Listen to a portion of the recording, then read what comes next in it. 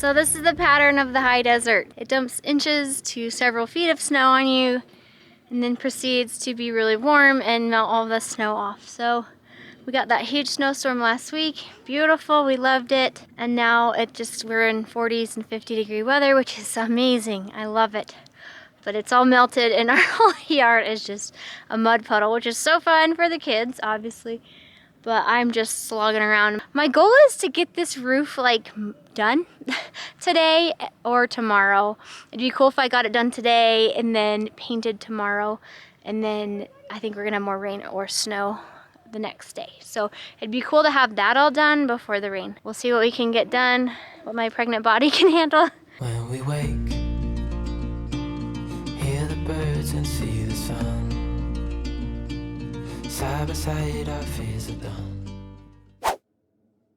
Several weeks ago, I think when we were building the main coop part of our coop, our shed coop, I had mentioned that we applied for a 4-H program through Utah State for receiving a incubator kit with fertilized eggs. What they do is they will send an incubator with the fertilized eggs, and then they send it to you near you, and then you go and pick it up. The eggs are supposed to hatch within a few days, so you get to watch the hatching process. And once the chicks have hatched, then you send back the incubator. So it's a 4-H embryology type experience, and they usually send these programs to the school systems. But I recently found out that if you homeschool, you can also apply to receive a kit. So about a month or two ago, I applied to get a kit for our family.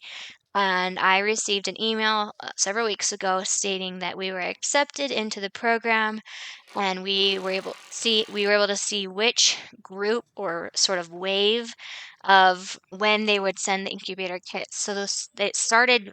I think the kits were first being sent out in March, and then they're sent out all through the end of April. So you didn't get to pick when you received this kit, so I was a little bit nervous because we are having a baby mid-April.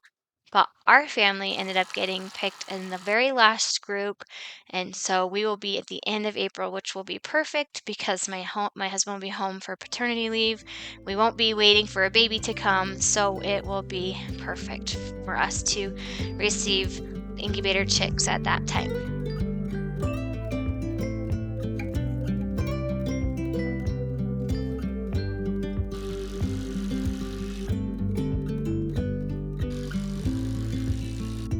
Turn around and show your face. Let me see. All right, front and back are attached. I'm gonna go and get the roofing panels.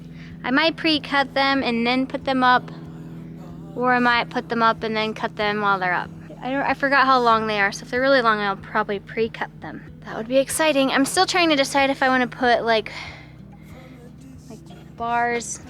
beams, wood going horizontally around the center to make it more structurally sound. I did attach it to the coop, so it's actually very sturdy this way. So I don't know if that'll even help anything. So I'm deciding to just get the panels up and then like screw them on and then just trim it all at the end. But I'm thinking I might want another support in the middle of these. I don't have the purlin boards, and I worry about it sagging, so that might delay it. And I also forgot I need to make a door right here for the chicken run, just a simple one out of 2x4s. So that might delay things. I'm also slowing down. I'm feeling it. So kind of those few roadblocks, and then the fact that it's dinner time might put a pause on this until tomorrow. But let me think for a minute and we'll see. So I decided to add one more board in between each board that I have on the roof, just for extra security and to be able to attach these roofing panels to one more place. So I went ahead and added those. It was actually a lot more tricky this time to add these because I had to squeeze in between like two tighter boards in order to attach some of these roofing panels. So doing it out of order made it a little more difficult. And like my pregnant belly made it hard to kind of squeeze up in there and have space in between and also measure out the distances perfectly. But I made it work. I made it happen. And I'm, as much as I just wanted to get the roof done, I just wanted to hurry, throw it up, slap it up, get it done. I am so glad I made the choice to do this. It is so much more secure, and the panels are going to have a lot better chance not sagging and holding like heavy snow because of this. So, in the end, it was a really good decision. Sometimes I will, just because I want to rush through things, I will skip very important steps like this, but in the end, I made myself do this.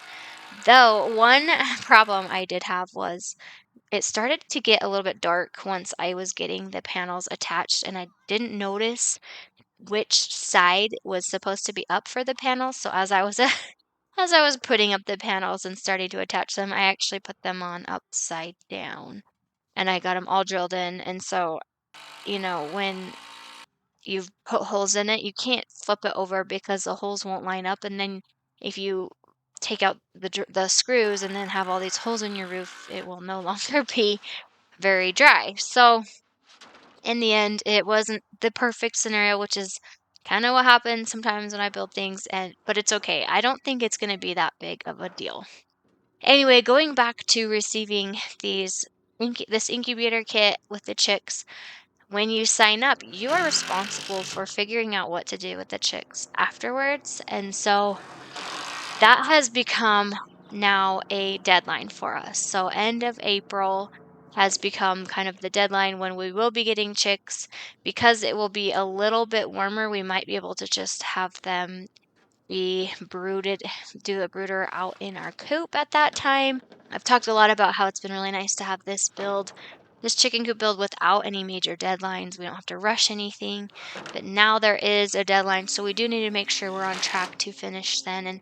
And we might as well just say finish before our baby comes because I'm not going to really be wanting to do that once she is born. So there is a little more pressure to get this done before then, but we still have several more months. Unfortunately, they are going to be the wettest and most snowy months. So we will be taking things slower. We also will be going out of town next week, so all of that just comes into play with our deadline.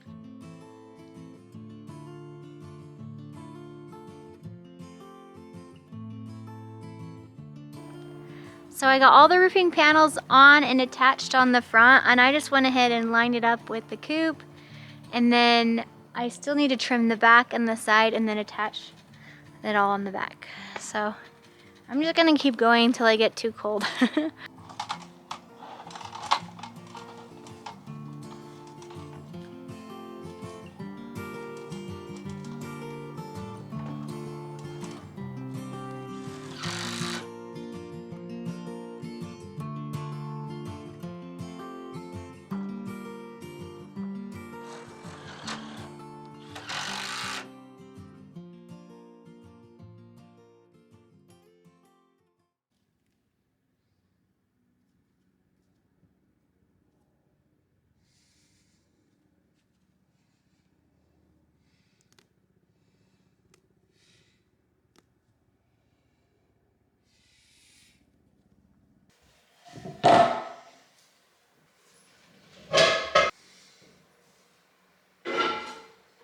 As much as I really wanted to make more progress on the chicken coop the next day, either finishing the door or getting the boards painted, we had another gorgeous day. I just felt strongly that our kids needed a good park day. So when I was building the coop yesterday, they had a blast playing out in the mud, but I could sense that today they wanted to try something else. So that's something that we always balance in our home, in our homestead with our goals, family goals, homestead goals, and we try to make sure we incorporate both things for our kids because they're the number one reason why we're doing what we're doing. So if we ignore our kids because we have projects, it kind of defeats the whole purpose of it. So I took them to go play at the park, and it ended up being actually a really windy day, but it was still warm.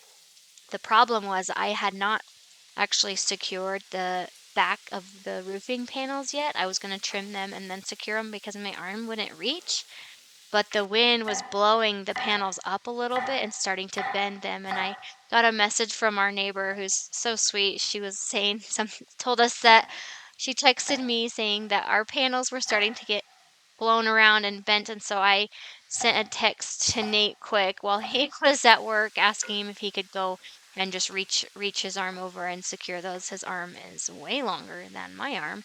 So he did that. It took him just 10 minutes, and then that night he did end up trimming the back roof panels. So we got the roof fully done, and that was it. And then we've had just rain, snow, rain, rain, rain, snow. So I haven't been out there. We did have one day where there was like a little break in between the rain and the snow, but there was another project I had been wanting to get done for so long, and that was to build a bench for our table. So, um, the table we have in our dining room is a table from Nate's grandma, so it's an antique table. It has some quirks about it, and it's kind of our dining space is a little bit tight. So having a bench all along the back side could make it so that every single one of our kids could fit on that side except for our baby. And then we'd have more chair space for when people come over and when our future baby needs a spot at the table. So I actually used that time to build a very simple bench, but that worked perfect for that spot. And now, as the days get rainy and cold, and as I start to feel the nesting instincts kick in a little bit, I'm about 30 weeks in this video. I felt a strong urge to make this food I've been craving for a good while. So I did make a very large mess when making this meal. So I love chicken pot pie, and I'd been craving it for a while, but I hadn't had the energy to make it until recently. And I love when a chicken pot pie has biscuits on the top instead of pie crust. One, I think biscuits taste so much better, and I think they're a lot more filling. So I made some sourdough biscuits, the dough, and I got that fermenting all day, and so now I'm getting it ready. And I didn't have a a good cutout, so I'm using this Play-Doh cutout from our Play-Doh box. So, guys, whatever works. So the way that I was doing this, I think I doubled or even tripled this recipe so that I could make dinner for tonight and dinner for the future, so that I could actually have a freezer meal for when after our baby is born. That's kind of how I do things. I don't do this big grand freezer meal day very often. Sometimes I'll have that in me, but most of the time I just make a goal to make an extra meal on occasion. So for tonight's meal, I just put it all into this cast iron skillet, and then for our freezer meal, I'm putting it in an actual 9 by 13 baking dish. I want to have a ton for the freezer meals because sometimes we have family over after a baby, so I want to make sure there's enough food for when people may come over. And then I baked those both, and I we ate the one and froze the other, and this was so good. Talk about a comfort meal. I was teaching my kids about what that was, and they all agreed that this was a very comforting meal and it was delicious. So I love when a meal is comforting, it's nutritious, and the kids love it. I think it's hard to kind of nail all three of those things. So, thanks for joining me this week, you guys. Go ahead and subscribe if you haven't already, and we'll see you next week.